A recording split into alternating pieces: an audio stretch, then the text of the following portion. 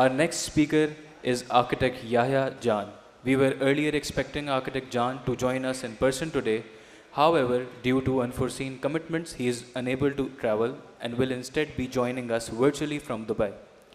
He is the president and design director at Noor, a distinguished architect with 36 years of global experience based in Dubai. He leads Noor's design vision across the Middle East and Asia. Educated at Princeton University, Yahya practiced in the United States for 14 years before relocating in Dubai in 1996. His portfolio spans iconic office towers, residential and hotel developments, retail centers, and mixed-use projects. A licensed architect in New York, he is an advocate of inclusive, integrated design, emphasizing collaboration among stakeholders to unlock architectural potential. Yahya heads a diverse, multidisciplinary team dedicated to design excellence.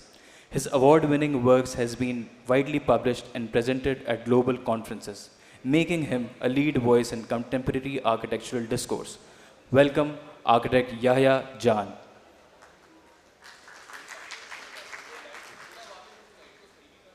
Thank you very much.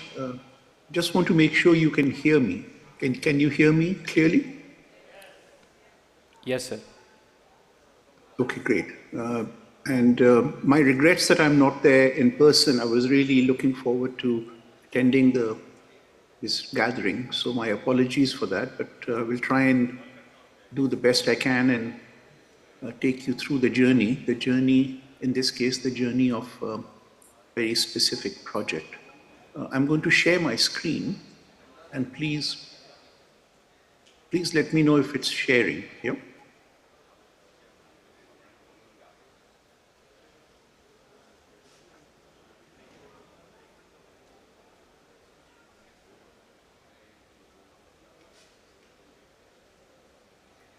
So can you see a slide? See. Can you see a slide on your screen called The Story of CL? No, sir. Okay. So what are you seeing on your monitor?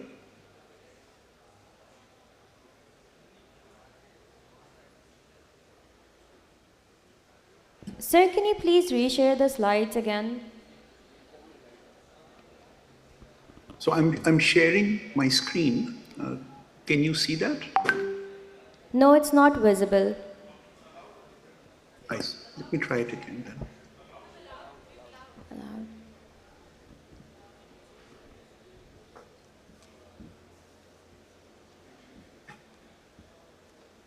Okay, let's see. I hope this one will work. Let's see how it is.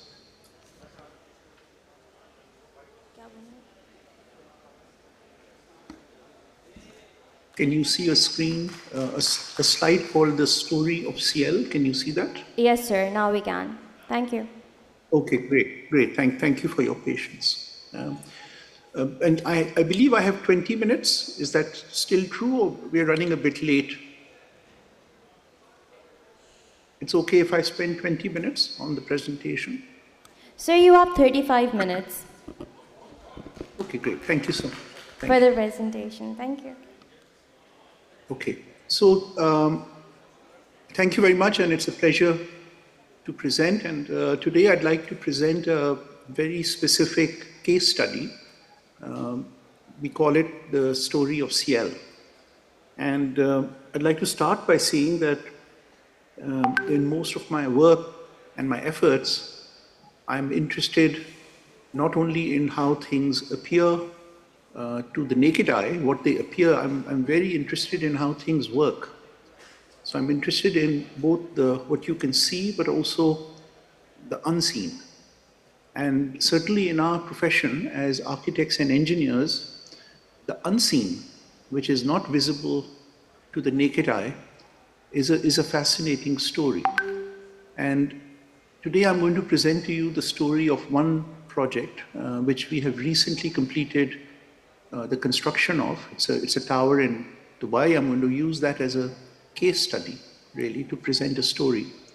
But before I go there, I want to say that what gets me out of bed in the morning and gets me excited about the work I do with very creative talented people in our Dubai studio is that our work should somehow look for that intersection between art and science. We are equal parts architects and engineers in our group, about 130 staff, and we push on our work this this integration of artistic endeavor with scientific analytical effort. And our focus really is on how our projects perform and how they create a new life for the residents.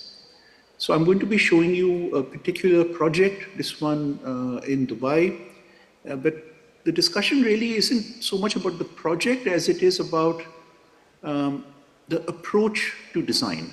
I am a huge advocate for designing where architects and engineers work together, and they also pull in landscape designers and environmentalists and others. I'm a huge advocate for that, and I believe that if we can do that, if we can find a way to collaborate and to communicate, maybe we can do some really interesting work, exceptional work. So this is a 82-story tower which we've just completed construction on. We are the architects, but we are also the structural engineers, the mechanical, electrical engineers. We've done the landscape, we've done the interior design. So this project is a case study of this approach to design, a highly integrated design effort. So I'm going to take you through some of that shortly. And if any of you get a chance to visit Dubai, please give me a call. I'd love to take you for a tour of this project. So my presentation today is in a few chapters. I'm going to try and, within the time, I'm going to try and go quickly. But the first chapter really talks about what is the importance of first principle thinking. How do we think about work from a first principle perspective, which is we think about design through analysis and not by analogy. So we really would like to see if we can find design solutions that are unique and interesting, where we bring in a lot of smart people from different companies who facilitate our design thinking. Because we truly believe that when you do that, when many minds come together, sometimes we find very interesting solutions. We also believe that the design process, through the nature of the design process, is really a messy business. Design is a messy business. It requires us to try things, to fail, to go back and try again, to look for new solutions. And we do a lot of that. We do lots of research, conceptual prototyping, and then as a sequence in time, the messiness tends to settle down and you get a design. And of course, we live in very interesting times. We live in times where technology is going to change all our lives and in ways we cannot fully predict. But embracing technology and using technology to make positive change is one of the core aspects of what I'm trying to do, certainly in my work.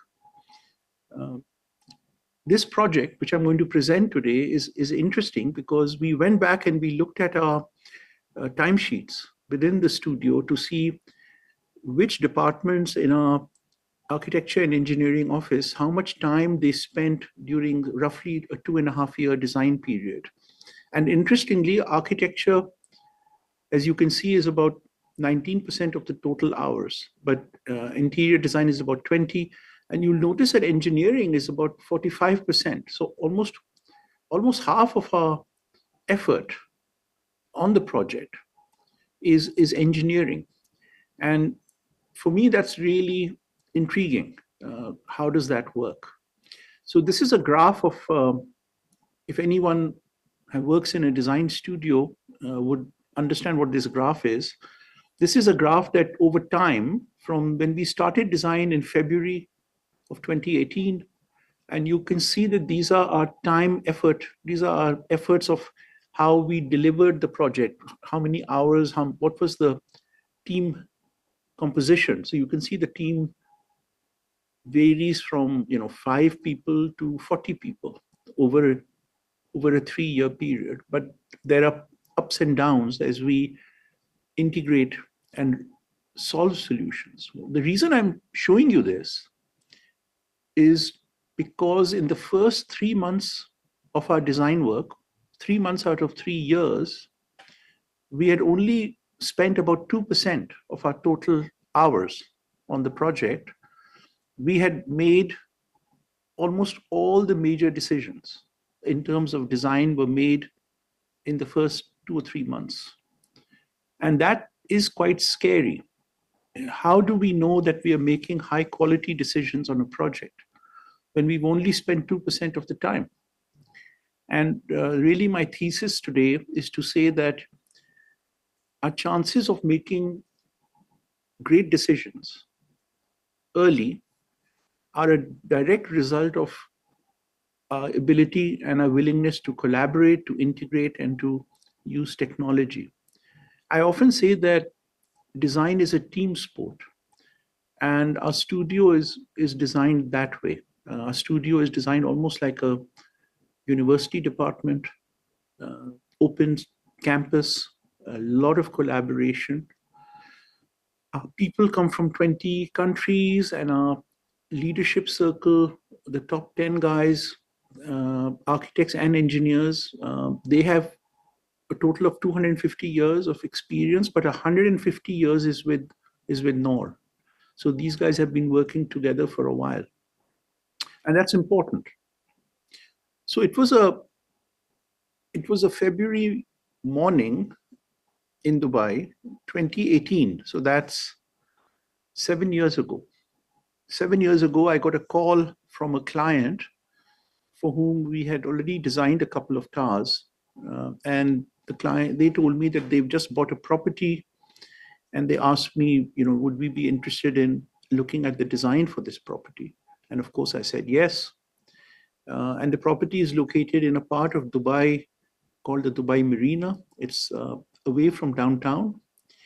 And what I felt was that it's a unique property. And I went out and had a look, and it was apparent that the views from this property, whether to the water, to the Dubai Marina, back to Dubai, tremendous views from this property in all directions. And so what I said to our client was that we should be, whatever we do here should be something very special, not just to look at, but also to look out from.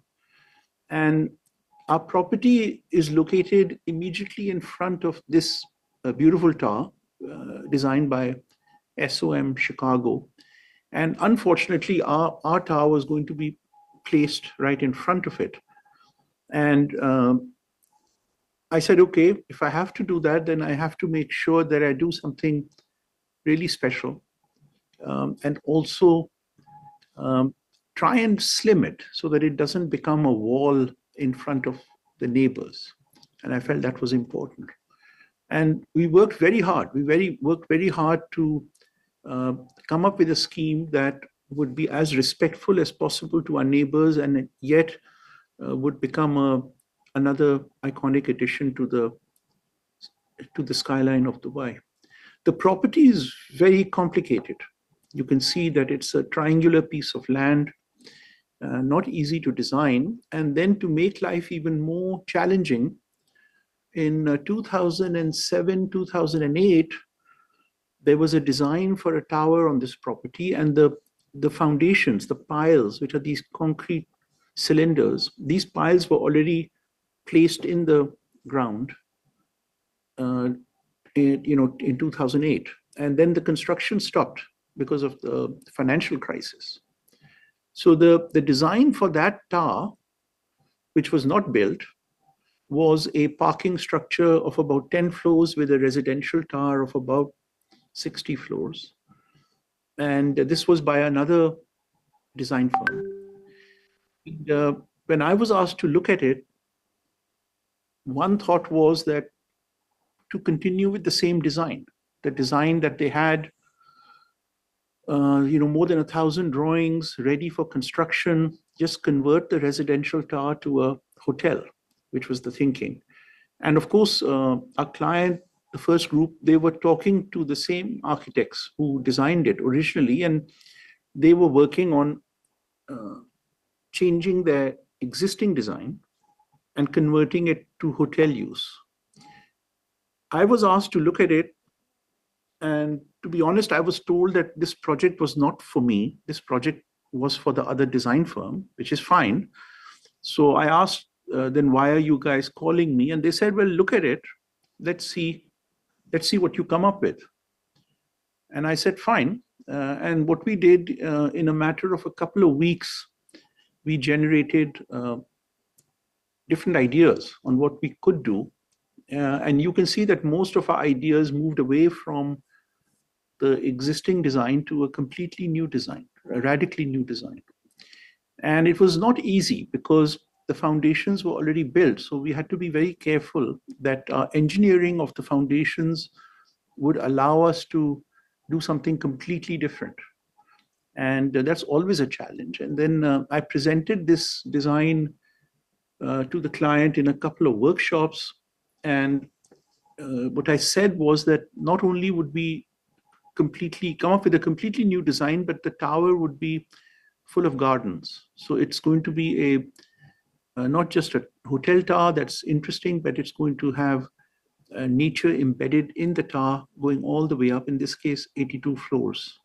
So 12 gardens that go up the tower. And they thought about it, and after some thinking, they made a decision that they'll go with us, and which meant that they would throw away all the work, the thousands of drawings that were done. We would start from zero. It would take us almost 2 years to come up with a new design, and they were willing to wait. They were willing to wait until we did that, and that I really respect them for their patience on that. So when we started the design work, the tower CL was supposed to be about 300 meters in height.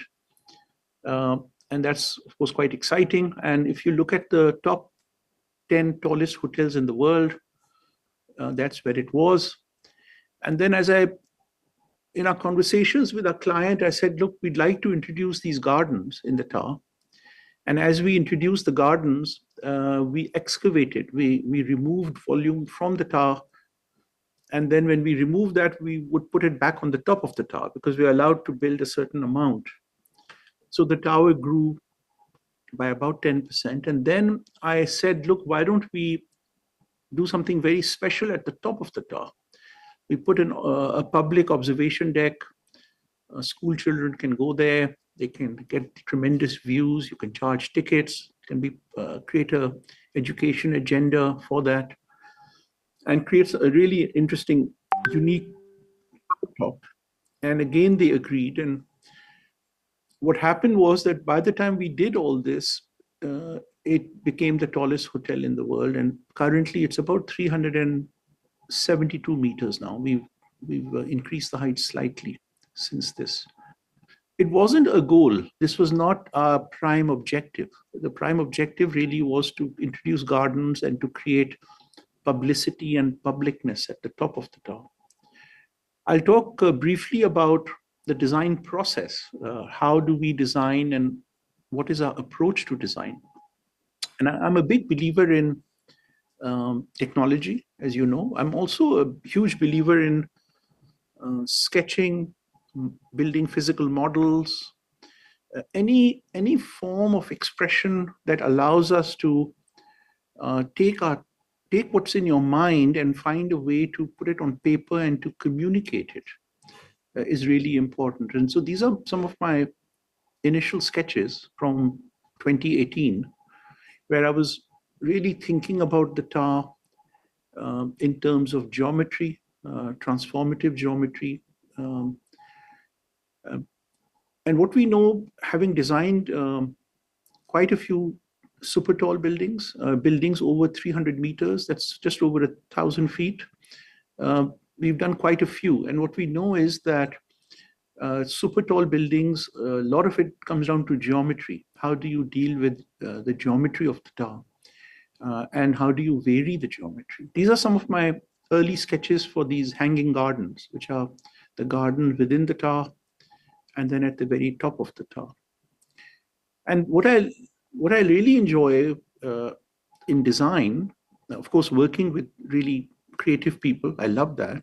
But I also love the chance to just take a pen and sketch and think about things, and to think about them with some level of understanding, but also freedom. I think that's really important. If you want to do really creative work, you should be brave enough to try different things. Now, my own background, when I grew up in Karachi and I left when I was 18, I was a math and physics major, and I went to America to study physics and math. And then eventually I got a degree in structural engineering, and then I got a master's in architecture. So I come from a technical background, and of course I love art. So here what happened was, these sketches are interesting. They're quite technical, but I'll tell you what happened. I was at Manila Airport, and we had been working on the project for about a year. And I got a call from a client, and they said, look, we've changed our mind. We don't want apartments. We want the whole tower to be hotel. I had designed the tower as 2/3 hotel, and the top 1/3 was apartments. And so I designed the core that way. And when they rethought what they wanted, I decided we would completely redesign the core. And these are my sketches just sitting at the Manila Airport. And then, of course, working with my team of engineers and so on, how to do it. And the reason I show that is that life is not always linear. Things change. You can be working on a project for a year, and then you find out that somebody's changed their mind. And the question is, how do you respond?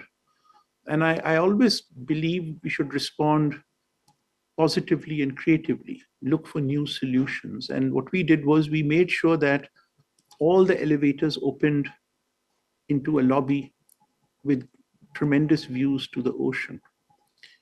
Our studio in Dubai has a modeling lab built into our studio. We have 3D printers, and we have people building models. So we build hundreds and hundreds of prototype models, laser cutters. And these are just some of the models we built when we were designing CL.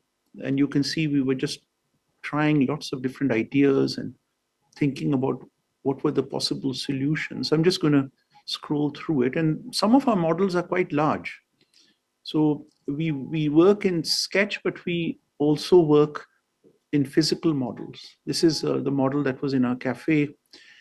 And this was very tricky, not just the tower, but also how the tower and the podium and the parking structure will work. And then the sense of arrival when you arrive at the building.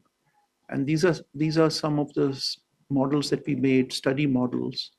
The arrival in the hotel lobby, which is a garden. We call it the secret garden. So you discover this beautiful garden when you arrive in the project.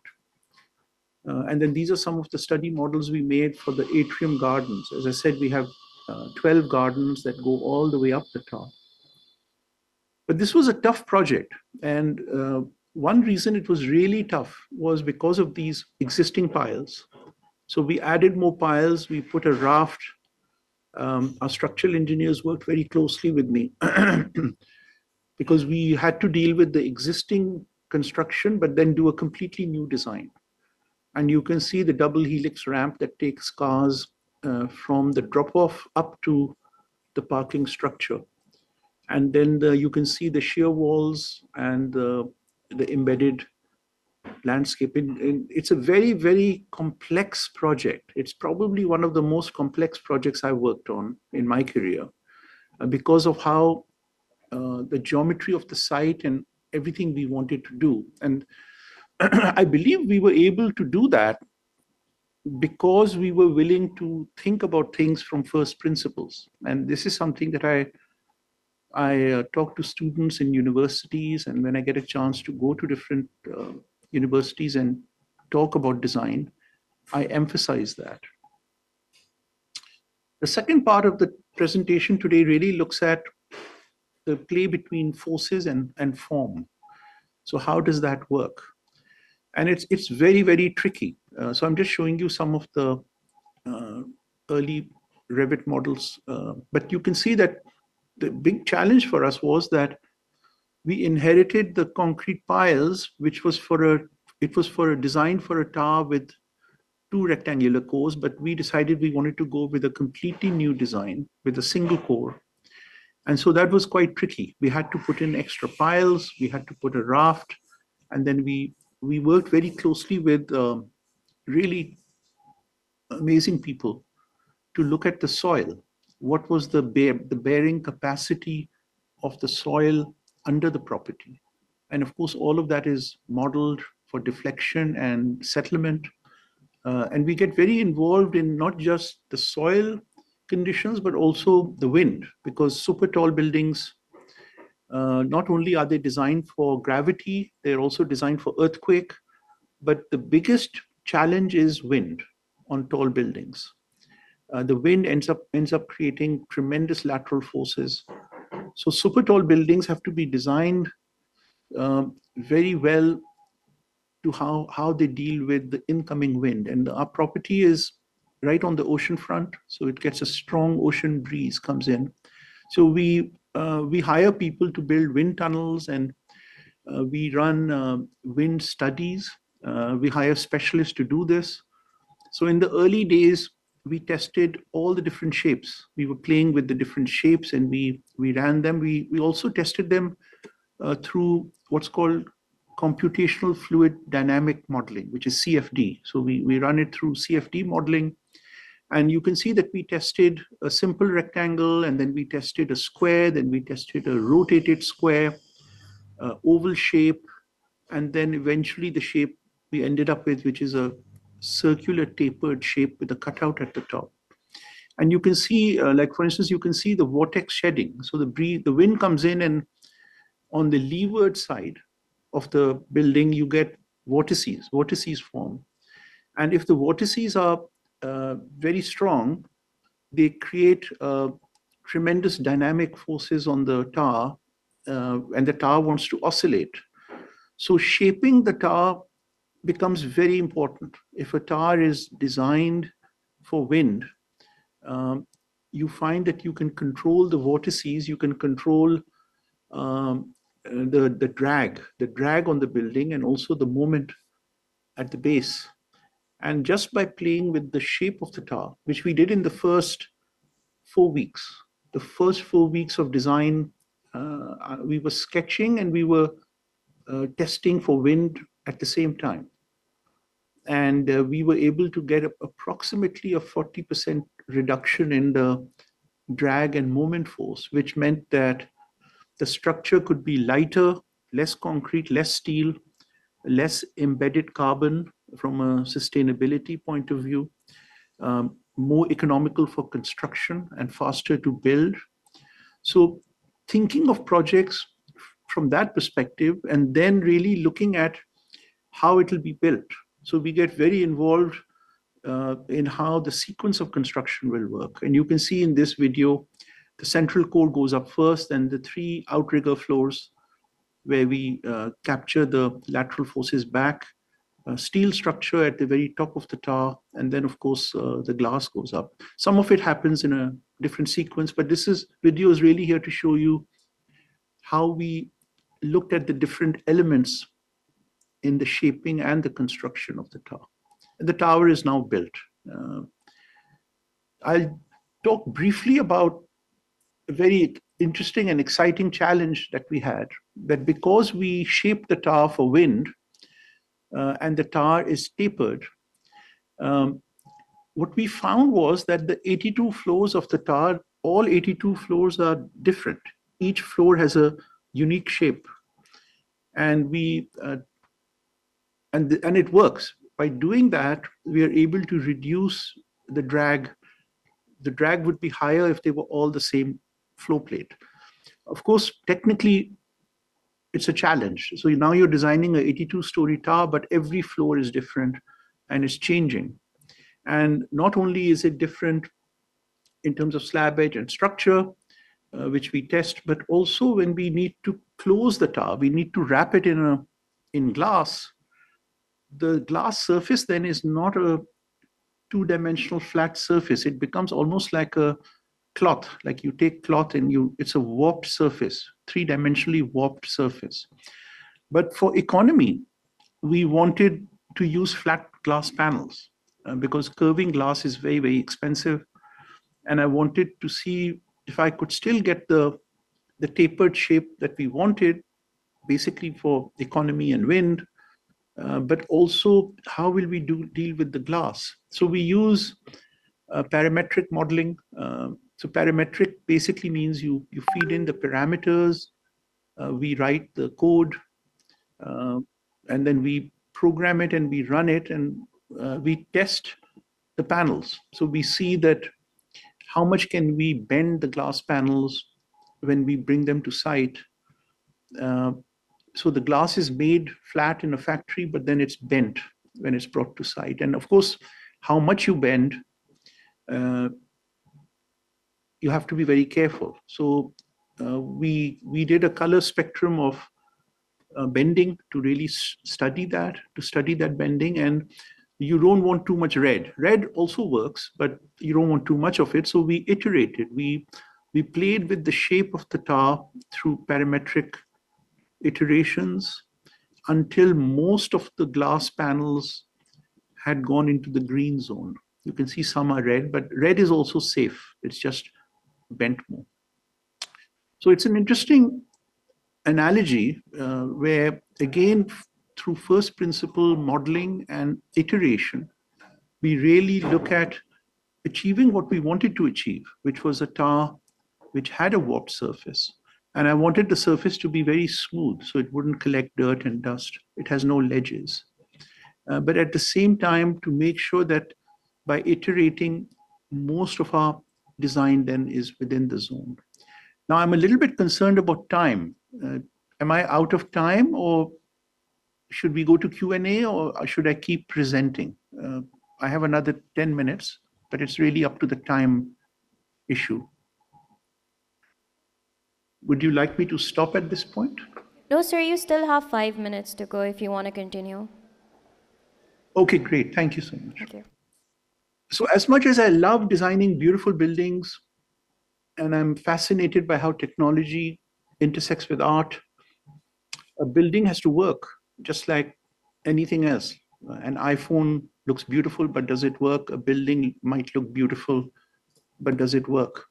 So we spend a huge amount of our time looking at super tall buildings, which we design, and we look at their internal functionality. And in tall buildings, the biggest issue becomes vertical movement of people, which is in the blue elevator string, and then also vertical movement of goods and services, which are the support functions, especially for a hotel. And this project has 21 elevators, this tower. Some of them stop early. Out of the 21, 16 are passenger elevators and 5 are service elevators to support the service functions of the tower. And we work with elevator specialists to really look at how these elevators will work, and we work on matrices of which elevators will stop at which floors. And we spend a tremendous amount of time, for instance, here on matrices like these, where we are looking at how the servicing works on a hotel. So hotels are very complex buildings, especially if they are vertical. You have to take raw goods, prepared food to the rooms, prepared food to the restaurants. You have to remove waste in the form of, once the restaurants have produced the food, they produce waste that has to be removed. Dishes have to be brought down to the basement for cleaning. Linen has to be delivered to the rooms, and then dirty linen has to be removed. So we work with specialists on all of that. and I actually enjoy this a lot. We really look at how the functionality works on complex vertical buildings. And it's not easy. For those of us who remember Rubik's Cubes, there were times where I thought we could not make it work. It was so difficult to make a complex project like this work, but I'm happy to say it does work. And I'm just taking you through very quickly. The building looks very simple from the outside, but this video shows you just how complex it is, and how we deal with all that. We also benchmark our so in this case, our service elevator performance. Our passenger elevator performance is very, very good. It's in the excellent range.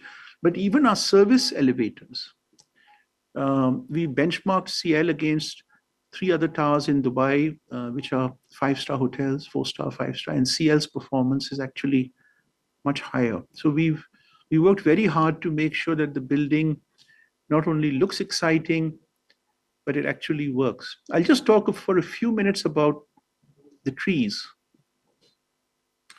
So one of my fascinations, of course, is designing towers, but I'm also equally fascinated by landscape and how we can embed trees and other landscape into our projects. So when we were designing the 12 atrium gardens, this is one of them. We looked very closely at how we would bring natural air into these gardens, and how that air would flow. And you can see a temperature gradient. This is on 31st March. So we've introduced what's called spot cooling, which is under the floor. Cool air comes out through the joints in the floor, and it cools only where people are standing. And then we have computer controlled louvers, glass louvers, where we bring in the fresh air from the outside. So we circulate natural air through the atrium gardens. And by doing that, instead of air conditioning the whole thing, but by bringing in ambient air, we were able to achieve a 65% reduction in our cooling load for the gardens themselves, not for the whole tower, but for the gardens. And I think that's really important. It's really important that we achieve what we want, but operationally, it's also sensitive and sensible. And I'm very excited we did that. As I said, we spent tremendous amount of our time on energy modeling of our projects. Overall, this is an overall graph of the modeling, and also on other aspects. And then finally, we were asked to do the interior design of the project, and we were fascinated by this Japanese concept of wabi-sabi, which is a really beautiful philosophy where nature and materials are respected. And what I felt was that as simple as the tower was on the outside, it should be equally elegant and simple on the inside. And we wanted to keep the design very, very clean, modern, not too ornamental. And I think that's good. I don't think everything has to be, overly decorated. I'm a big believer in clarity and simplicity. And I think we've achieved some of that. So having said that, I'll just say thank you. And these are just some construction shots. We've had a construction team on the site for 5 years. Our director, Islam Shafi, was there for the whole 5 years. We are fully involved during the construction. We have a team of about 10 to 12 people. These are some construction photos of the tower over the past few years. It's now complete. You can see the glass going up. The atrium and the glass for the atrium gardens. The top of the tower is a steel structure. I call it the eye of the needle. And as I said, all the engineering, the structural engineering, mechanical systems, electrical, is all done by our group, which is really, it's a fascinating journey. Thank you very much.